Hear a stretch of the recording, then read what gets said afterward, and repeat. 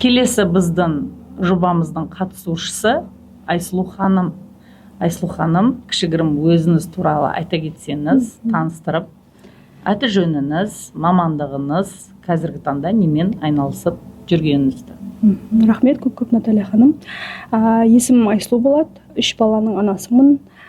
32 жастамын. Қазіргі таңда Республика партиясының Қызылорда облыстық төрағасының орынбасары болып қызмет атқарамын. Одан бөлек өзімнің мамандығым, негізгі мамандығым құқықтанушы, яғни юрист.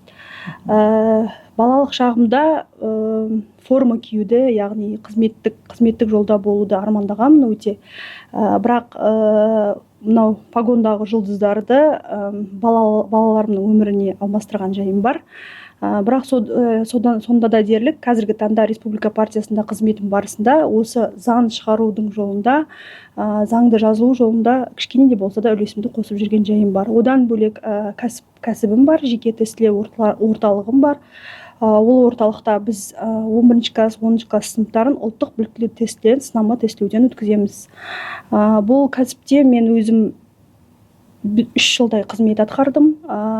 Мемлекеттік тестілеулерді қабылдадық. Одан кейін осы Республика партиясына шақырту алып, осы жақта жұмыс істеп жатырмын. Керемет. Былайынша айтқанда, демек сіз саясат жолды уже таңдағансыз, иә? Осы саясат жолыңызда қандай қиыншылықтар бар әйел азаматтарға? Сол туралы айта кетсеңіз. Негізі Наталья ханым, сұрағыңызға рахмет, өте орынды сұрақ. 2 жыл бұрын біздің партия құрылған кезде Астанадан басшылықтан маған ұсыныс келді. Осындай партия құрылды, кәсіпкерлерден құрылған партия, бізге көшбасшы керек Қызылорда облысынан деп. Сонда бірінші менің қателігім қыз балама, немесе әйел баласыма деп, саясатта әйел баласын мен өзім дұрыс қабылдамадым. Кейіннен ойлана келе, елдің болашағы үшін әйелдердің де көз қарасы біздің саясатта, біздің құқықта, біздің елде орын табу керек деген оймен осы қызметке келдім. Негізгі әйел саясаткердің алдындағы кедергілер ол қазақтағы немесе қоғамдағы стереотиптер. Бұл стереотиптер әйел адамға саясаттың не керегі бар, отбасын, балаларын бағып үйде отырсын, араласпасын, немесе ер адам тұрғанда әйел адам неге сөйлейді деген стереотиптер бізде қатты кедергі, осылардың бірі болып табылады. Бірақ қазіргі таңда біздің партияның өзінің гендерлік саясатына байланысты сол стереотиптерді жою жолында қызмет атқарып келеміз. Яғни өздеріңіз білесіздер, бізде парламентте 6 депутат, бірақ 3-еуі ер кісі, 3-еуі әйел адам. Гендерлік теңдестікті сақтап отқан партияның бірі. Жаңағы парламенттің құрамында 6 депутат болғанымен 3-те 3 гендерлік теңдікті сақтап отыр. Бұл деп отырғанымыз әйелдердің қоғамдағы саясаттағы рөлін көтеру, оларға өздерінің ойларын айтуға, олар өздерінің үлесін қосуға мүмкіндік беру болып табылады. Сондықтан ең бірінші саясаткер әйелдің алдында тұрған кедергі ол стереотип. Сол стереотиптен өткен, сол стереотиппен күресе алған азамат, әйел адам саясатта еркін жүре алады деп есептеймін. Сіз оған дайынсыз ба, Айсұлу ханым? Дайын болғандықтан партияға келдім деп есептеймін, саясатқа. Керемет, мынандай сұлу келіншектер партияда жүргеніне біз де қуанамыз. Енді келесі сұрақ, өмір жолыңызда алған ең маңызды сабағыңыз қандай болды?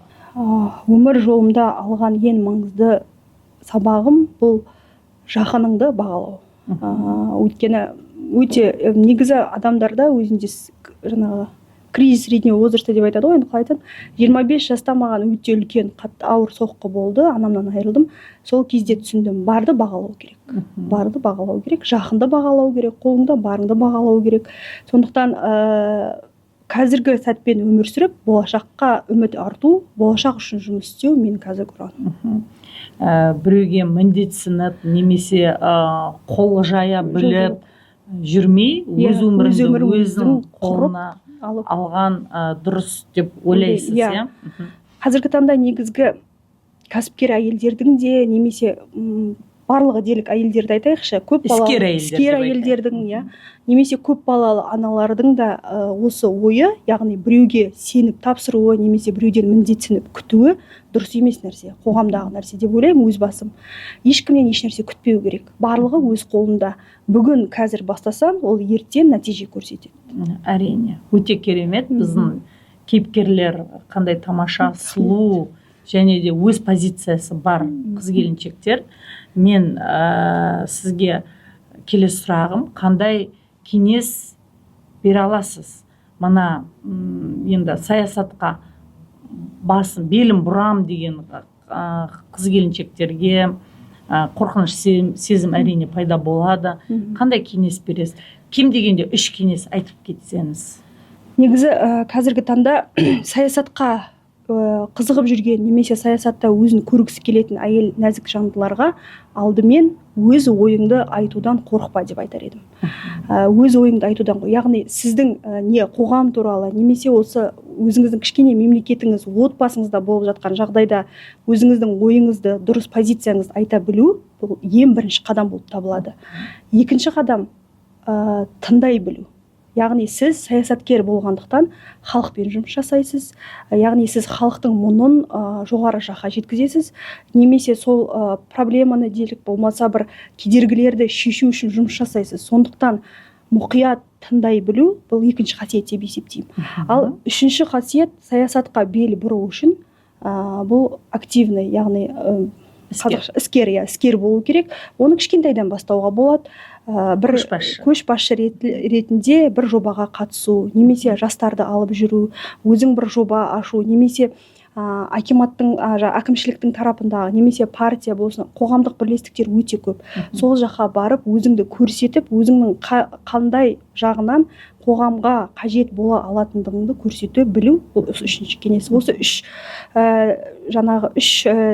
табалдырықтан өткеннен, қадамнан өткеннен кейін әйел адам саясатта орны бар ма, жоқ па, немесе сол орынға ары қарай жүгіре алады ма, соны өзі білетін болады деп есептеймін. Ең бірінші әйел адам өзінің ішіндегі ойын қорықпай айту керек. Ел болашағы үшін біз қазір, біздің өзіміздің өсіріп отырған ұрпағымыз үшін біз қазір қызмет жасауымыз керек. Керемет, Айсұлу ханым. Кеңестеріңізде де өте керемет, өзіңізде кереметсіз, сіздің алдыңыздағы жолыңыз әрдайым ашық болсын. Саясатқа келсеңіз, мен ойлаймын, осындай депутат азаматтар бізде көп болса, біздің өміріміз, қоғамымыз бұдан да керемет болады деп ойлаймын. Рахмет. Рахмет.